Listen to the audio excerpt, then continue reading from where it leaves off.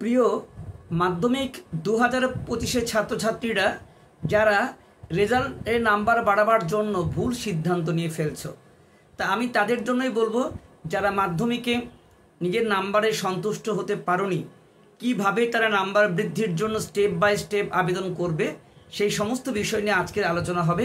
কি কি ভুল করছে এবং যে ভুলটা করলে আর কোনো মতেই তুমি নিজের জায়গায় ফিরে আসতে পারবে না, সেই নাম্বার বৃদ্ধি বা তোমরা অনেকেই শুনেছো যে তোমাদের যে পরীক্ষার খাতাটি, সেই খাতাটি কিন্তু হাতের মুঠোয় পেয়ে যাবে, জেরক্স কপি। কীভাবে পাবে, কোনভাবে এগিয়ে যাবে, সমস্ত পদ্ধতি নিয়ে আজকের আলোচনা হবে। আমরা জানি সারা পশ্চিমবঙ্গের প্রচুর ছাত্রছাত্রীরা আছে যারা নিজের নাম্বারে সন্তুষ্ট হতে পারোনি। অভিন্ন মূল্যায়ন পদ্ধতি বা খাতা সেইভাবে হয়তো দেখা হয়নি, নাহলে এরকমটা হবে কেন যে টেস্টের চেয়ে ফাইনালে নাম্বার কমে যায় কি করে। প্রচুর ছাত্রছাত্রী আছে যা টেস্টের পর ফাইনালে আরও বেশি পরিমাণে খেটেছিল, তা সত্ত্বেও কিন্তু নাম্বার বাড়েনি।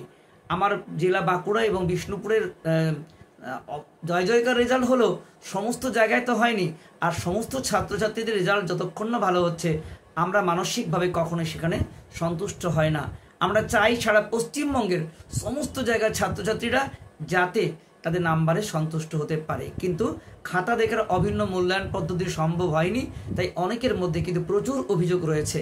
কিন্তু এই অভিযোগ থেকে তোমরা উদ্ধার পাওয়ার জন্য কি কি পদ্ধতিতে আগাবে, সেই সমস্ত বিষয় নিয়ে আজকের আলোচনা হবে। তাই আজকের ভিডিওটা একটু স্কিপ না করে পুরোটাকে জানার চেষ্টা করো, কিভাবে তোমরা তোমাদের নাম্বার বাড়াবার জন্য আবেদন করবে। তো আজকে আমি বাগীশ্বর জানা উচ্চ মাধ্যমিক স্কুলের বাংলার শিক্ষক। তোমাদের অথেন্টিক তথ্য পাওয়ার জন্য অবশ্যই জানতে হবে। দেখো, তোমাদের ইতিমধ্যে একটি ছাত্র আমাকে ফোন করেছিল, সে নাকি আরটিআই করে দিয়েছে। তো যে পিপিআর পিপিএস না করে আরটিআই করে, সেটা কিন্তু গ্রাহ্য হবে না। আগে পিপিআর পিপিএস পদ্ধতি সমস্ত বিষয় নিয়ে বলবো। পিপিআর পিপিএস কি, আরটিআই কি। তো দেখো, পিপিআর মানে পাবলিক পোস্ট রিভিউ, আর পিপিএস পাবলিক পোস্ট স্ক্রুটনি। এই যে রিভিউ আর স্ক্রুটনি কাদের জন্য প্রথমে জানো, এগুলো স্টেপ 1 ফার্স্ট। স্টেপ 1-এ তুই ফেলিওর হলে তো স্টেপ 2-এ যাবে, কিন্তু আমি আগে 2-এ চলে যাই, একে আসতে পারবো না। তাহলে কি করতে হবে, তোমাকে পিপিআর ও পিপিএসের জন্য কোথায় যেতে হবে? বিভিন্ন চ্যানেলে বিভিন্ন রকম কথা বলছে, কেউ কেউ অনলাইনেই চলে যাচ্ছে। আমার একটা অনলাইন সেন্টার আছে, পিপিআর পিপিএস করতে এসছে মাধ্যমিকে, যেটা ভুল তথ্য। পিপিআর পিপিএস করার কোনো অনলাইন হবে না, পিপিআর পিপিএস স্কুলে হবে। আগে বলি পিপিআর কাদের জন্য। পিপিআর অর্থাৎ পোস্ট পাবলিক রিভিউ, এটা যারা অকৃতকার্য হয়েছে বা ফেল করেছে তাদের জন্য।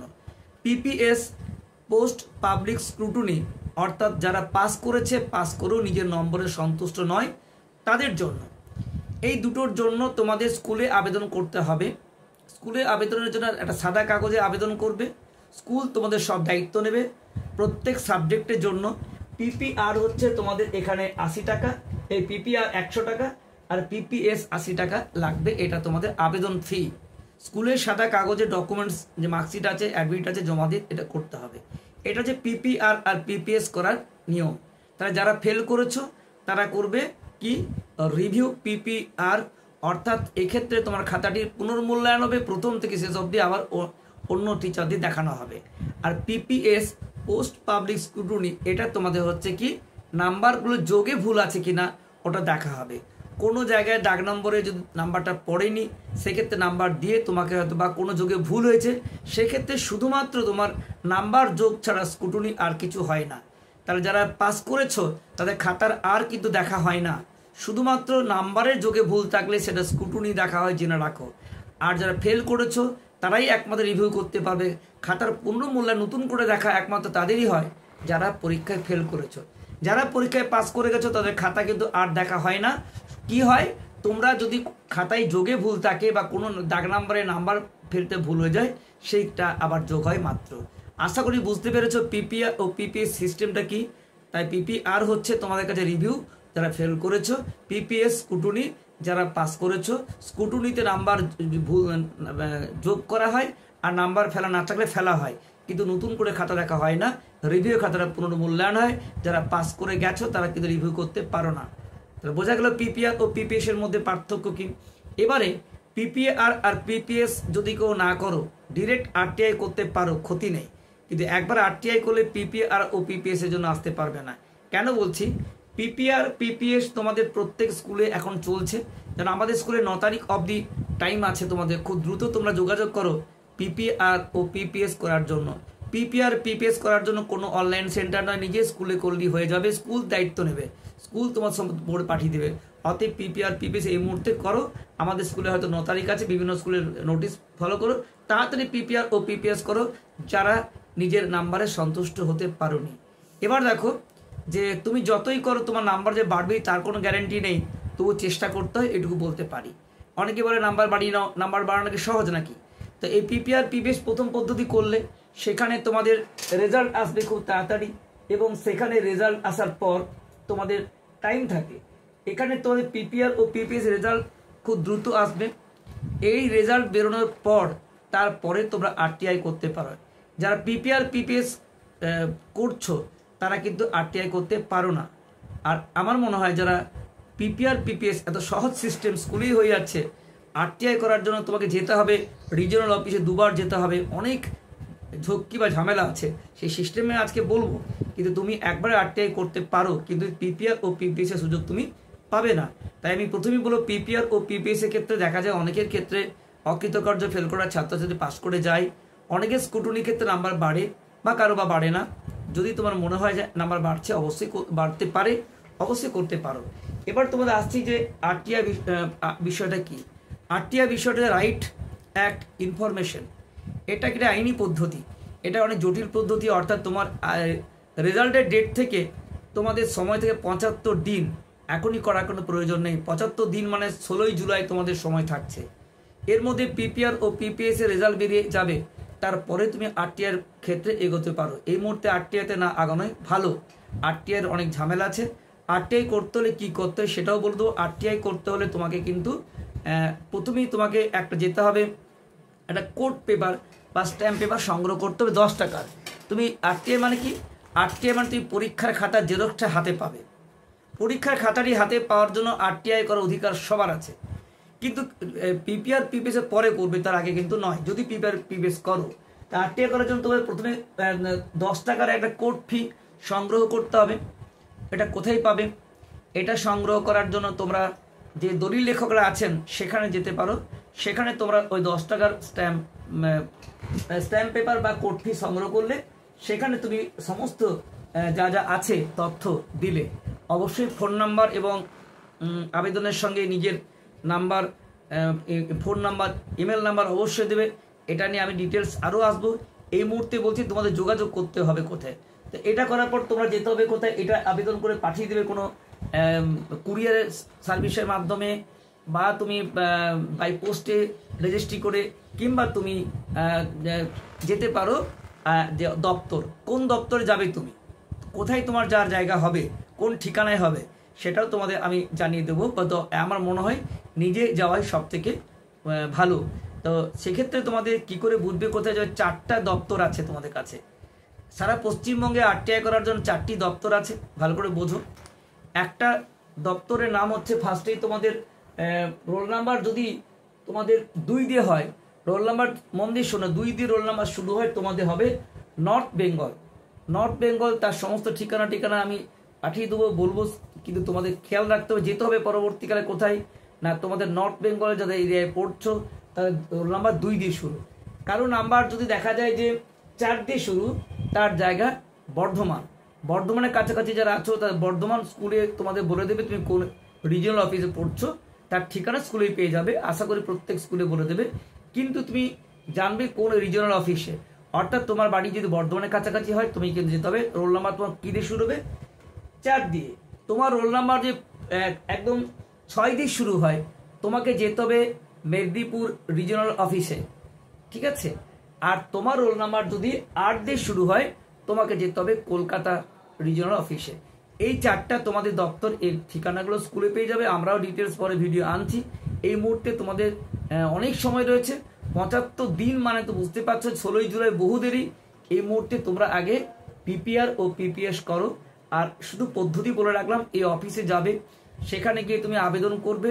আবেদন করার সাথে সাথে তোমার কিন্তু দেখা যাবে আরও দিন 15 পর তোমাকে আবার ডাকা হচ্ছে, এবং সেক্ষেত্রে তোমাকে যে জেরক্স কপি যেটা হচ্ছে সে ততটা কিন্তু 2 টাকা করে দিতে হবে তোমাকে, ওখানে 2 টাকা দিতে হবে প্রত্যেকটা জেরক্স।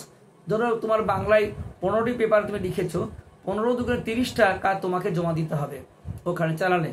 তখন তোমাকে কিন্তু দ্বিতীয়বার তোমাকে যখন যাবে, ফার্স্টে তোমাকে জানানো হবে বাই মেলে বা ফোনে, পরে গেলে সেখানে খাতা দিল, খাতাটি বাড়িতে আনতে পারো, এনে তোমার যে সাবজেক্ট টিচার আছে যিনি তোমাকে পড়িয়েছেন তাকে দেখাতে পারো যে নাম্বার বাড়ছে কিনা, কোথায় বাড়ছে সেটা গিয়ে আবেদন করবে।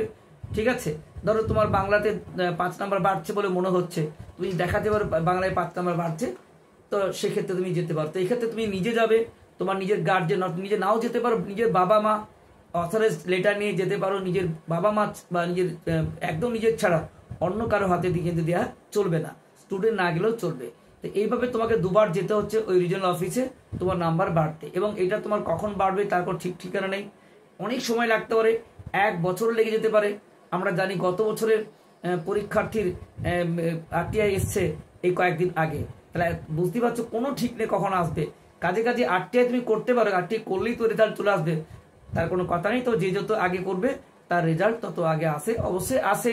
এবং যদি তোমার মনে হয় সত্যি তোমার নাম্বার বাড়ছে তাহলে অবশ্যই বাড়তে পারো। তাহলে এটা RTI পদ্ধতি, আমি আরও ডিটেলস বলে দেবো পরবর্তীকালে। এই মুহূর্তে RTI করার কোনো প্রয়োজন নেই। এখন তোমরা যেটা করছো সেটা হচ্ছে PPR ও PPS। এক্ষেত্রে তোমাদের বোধহয় PPR ও PPS করার জন্য 2 টাকা নেওয়া হয় স্কুলে, এবং তোমাকে সাদা কাগজে PPR PPS কোনটা করছো প্রত্যেক সাবজেক্ট পিছু তোমার বলেই দিচ্ছি। PPR করলে 100 টাকা আর PPS করলে 80 টাকা নেওয়া হবে। যদি মনে হয় সত্যি তোমার নাম্বার বাড়ছে, যাদের নাম্বার ধরো 79 হয়েছে আর 1 নাম্বার হলে 80 হয়ে যায়, তারা আমি বলবো অবশ্যই করবে। যারা নাম্বারটা মনে হচ্ছে অনেকটা কমে গেছে, বেশি পেতাম, তারা প্রয়োজনে প্রত্যেকটাই করতে পারো। PPS মানে স্কুটনি, PPRও তাই।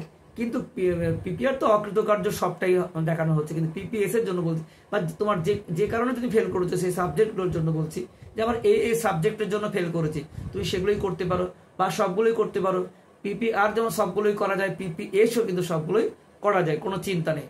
আর PPR PPS করলে তোমাদের অনেকে ভাবো যে আমার নাম্বার কমে যাবে, আজ পর্যন্ত কমে যেতে কাউকে দেখিনি, কিন্তু হয়তো ওই নাম্বারটাই এসেছে বা খুব বেশি বাড়েনি, 1 নাম্বার 2 নাম্বার 3 নাম্বার 4 নাম্বার, কারো কারো আরো বেশি বেড়েছে দেখা গেছে। আমার একটি ছাত্রীর 33 নাম্বার বেড়েছিল ইতিহাসে। এরকম প্রচুর স্টুডেন্ট আছে যারা কিন্তু নাম্বার বাড়ে। তো এই জন্য তো PPR PPSটা করো। PPR PPS করার পরে তোমাদের সময় থাকছে, কিন্তু এই ভুলটা একদম করবে না যে এখনই তোমরা কিন্তু RTI করে কিন্তু সমস্যায় পড়বে। RTI করার সময় কিন্তু এখন নয়। যদি PPR ও PPS করো, দেখবে এর মধ্যেই তোমার PPR PPS এর রেজাল্ট খুব তাড়াতাড়ি বেরিয়ে যাবে, এবং তারপরে RTI করার সময় থাকছে। তখন তুমি 75 দিন বা 16 জুলাই অনেক দেরি তোমার এখন, কিন্তু PPR PPS এর সময় চলে যাচ্ছে খুব তাড়াতাড়ি। তোমরা PPR ও PPS করো সাদা কাগজে, আর প্রত্যেক সাবজেক্টের জন্য 80 বা 100 টাকা বলে দিলাম, এবং 2 টাকা আলাদা নিতে পারে এর জন্য। তো যাই হোক, এই হচ্ছে তথ্য। তোমরা নিজের ক্ষতি নিজে করো না, যা বলছে তা করতে যেও না। এখন শুধুমাত্র PPR ও PPS করো, RTI এই মুহূর্তে করতে যাবে না। RTI করলেও তোমার এখন কোনো রেজাল্ট আসবে না, RTI রেজাল্ট আসতে অনেক সময় লেগে যায়।